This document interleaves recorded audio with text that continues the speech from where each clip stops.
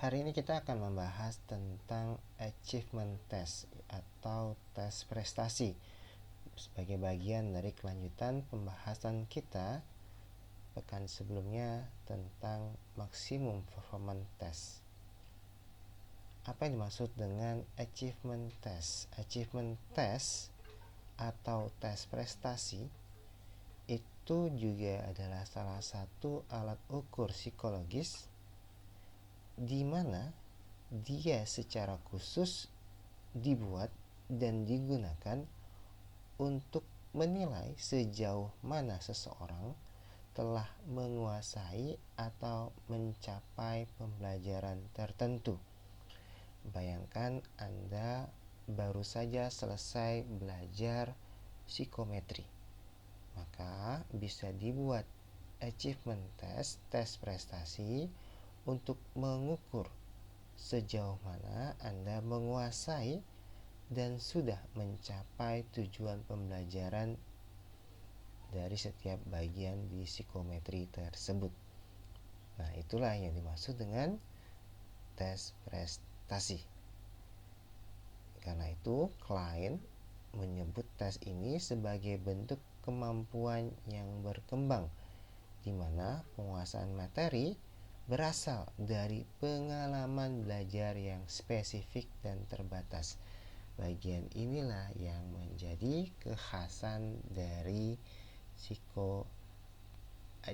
achievement test. Kalau kita bandingkan dengan maximal performance test yang lain seperti tes bakat atau tes intelijensi, maka tes ini lebih sederhana karena ranah isinya atau konten domainnya itu sudah jelas dan konkret, betul-betul dibatasi pada tujuan pembelajaran atau mungkin istilahnya sekarang capaian pembelajaran, dan juga betul-betul terkait dan dibatasi oleh kurikulum atau silabus mata pelajaran yang telah diajarkan. Bayangkan Anda belajar A, B, C, D, E, maka tes ini benar-benar terbatas pada A, B, C, D, E. Jadi kemampuan seseorang menjawab betul-betul tergantung dari sejauh mana dia menguasai A, B, C, D, E ini. Kalau sudah paham apa yang dimaksud dengan tes prestasi, maka kita masuk lebih dalam bahwa ternyata tes prestasi ini terbagi menjadi dua kategori. Yang pertama, tes prestasi yang berorientasi spesifik terhadap mata pelajaran, dan tes prestasi yang standar atau baku. Perbedaan antara keduanya itu adalah siapa yang menyusunnya dan untuk tujuan apa dia disusun. Kalau tes prestasi yang berorientasi spesifik pada mata pelajaran, dia dibuat oleh guru untuk mengevaluasi pencapaian siswa dalam satu pelajaran tertentu. Misalnya tes matematika semester 1 kelas 5 SD. Sedangkan tes prestasi yang standar, dia dibuat oleh ahli bidang studi bersama pakar psikometri dan digunakan untuk mengukur prestasi belajar dalam skala yang lebih luas, misalnya nasional. Misalnya Anda bayangkan ada ujian akhir nasional, maka ujian akhir nasional itu merupakan tes standar yang baku. Kenapa? Karena dibuat dengan benar-benar sesuai secara psikometri oleh ahlinya, dan untuk melihat sejauh mana dia bisa mengukur prestasi dari siswa secara skala yang jauh lebih luas.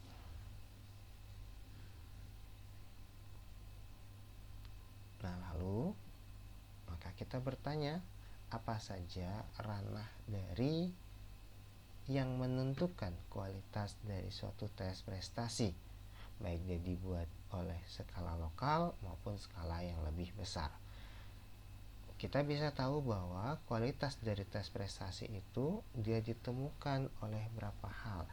Yang pertama adalah ranah isi atau konten domainnya, apa isi pelajaran yang akan ditampilkan atau akan diukur pencapaiannya. Kemudian apa ranah perilakunya, yakni bagaimana perilaku kognitif siswa atau kemampuan berpikir siswa yang sejalan dengan tujuan pembelajaran dan hendak diukur dalam tes prestasi. Kemudian akhirnya adalah bagaimana format tesnya atau formnya, agar tes itu benar-benar menjamin objektivitas penskoran. Misalnya saja yang paling umum dalam prestasi itu adalah pilihan ganda, benar salah, atau isian singkat yang terstandar. Jadi inilah 3 hal yang benar-benar menentukan bagus tidaknya tes prestasi tersebut. Sehingga dalam proses pembuatannya 3 hal ini adalah sesuatu yang benar-benar perlu kita perhatikan. Sekarang kita masuk kepada bagaimana cara menyusun tes prestasi. Untuk menyusun tes prestasi yang baik, ada langkah sistematisnya. Dan langkah itu akan selalu dimulai dari kita ini buat tes untuk apa, gitu ya. Maka di awal mula secara khusus untuk tes prestasi dia diawali dengan kita perlu menganalisis tujuan pembelajarannya, mengidentifikasi apa kompetensi dasarnya dan indikator dari silabus atau RPP yang ada dalam pelajaran tersebut. Karena itulah biasanya para guru ketika dia mengajar, maka dia akan berpatokan dari kompetensi dasar dan dari silabus yang dia buat dalam pelajaran tersebut. Ini yang pertama kali data yang harus kita miliki.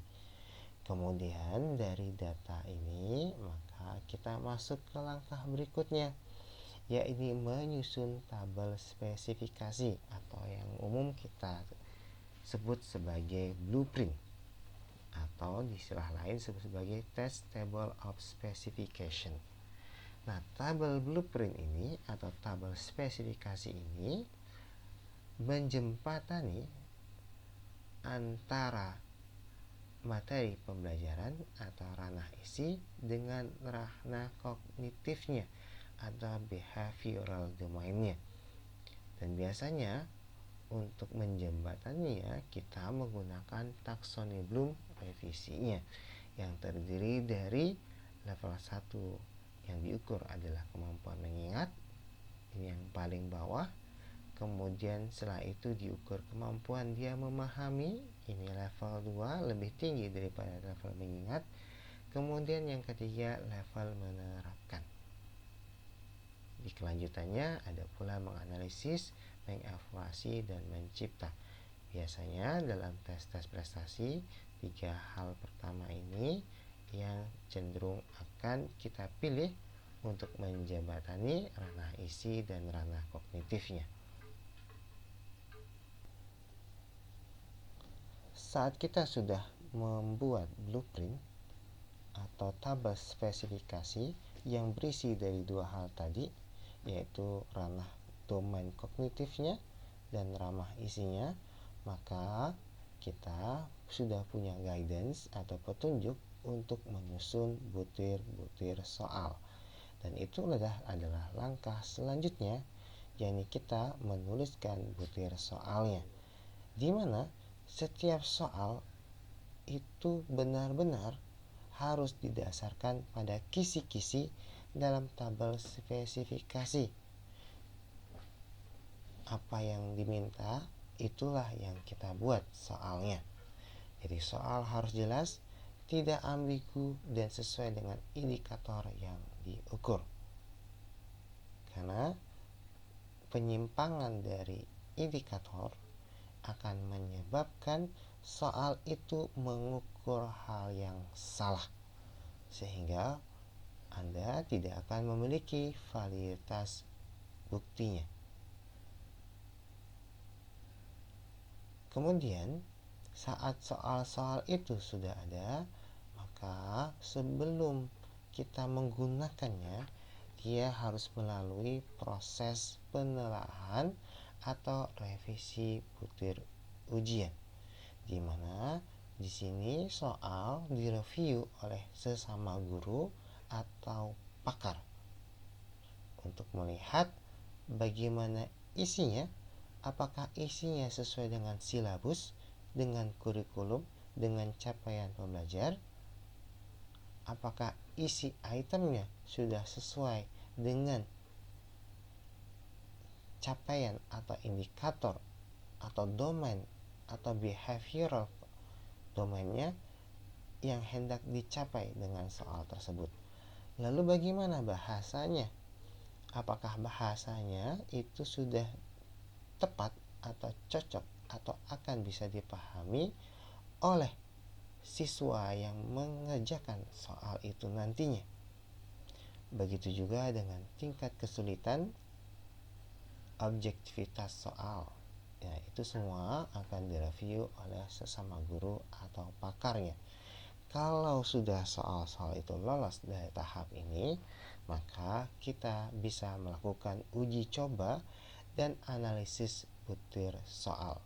Yang pertama tentu saja kita uji coba dulu agar kita bisa melihat bagaimana empirisnya, bagaimana performance siswanya ketika mengerjakan soal-soal tersebut. Ketika datanya sudah ada, maka kita bisa melakukan analisis butir soal, di mana kita akan melakukan analisis statistik untuk melihat daya beda. Apakah soal satu misalnya bisa membedakan antara siswa yang pandai dengan siswa yang kurang pandai. Lalu kemudian kita juga melihat tingkat kesukarannya. Apakah kemudian soal-soal tersebut, misalnya soal 1, memiliki tingkat kesulitan atau tingkat kesukaran yang baik. Nah, hasil-hasil temuan dari semua ini akan digunakan untuk kembali merevisi atau menggugurkan soal yang tidak memenuhi syarat. Dan akhirnya kita bisa melakukan penyusunan format akhir dan penskoran. Jadi tes itu harus disusun di akhirnya dengan petunjuk pengertian jelas. Sistem penskoran juga harus objektif dan terstandarisasi. Nah, karena tes ini merupakan bagian dari maksimal performance test yang masih satu ranah dengan tes intelijensi dengan tes bakat, kita butuh mengetahui apa sih bedanya dengan tes maksimal performance yang lain. Perbedaannya apa? Bahwa kalau tes intelijensi itu berasal dari latent behavior yang sifatnya abstrak, di mana kita butuh mengkonkretkannya, begitu kan ya? Dan di mana semua konsep-konsep itu didapatkan dari konstruk teoritis. Misalnya kita hendak mengukur bakat verbal, maka kita harus mencari konsep-konsep teoritis yang berkaitan dengan kemampuan verbal tadi, kemudian kita melakukan eksplikasinya. Adapun dengan achievement test, dia tidak seperti itu, karena dia fokus pada hasil belajar yang dimana sudah ditentukan sejak awal dari silabus atau capaian pembelajarannya, dimana hasil belajar itu akan lebih pada bersifat empiris dan dapat diobservasi.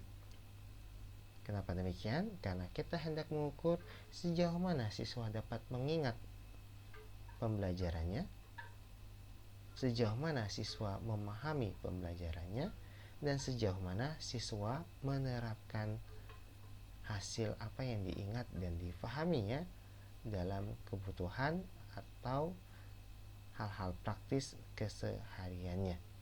Karena itu, isi dari tes prestasi akan lebih konkret dan dapat ditelusuri langsung ke materi pelajaran dan aktivitas pembelajaran di kelas.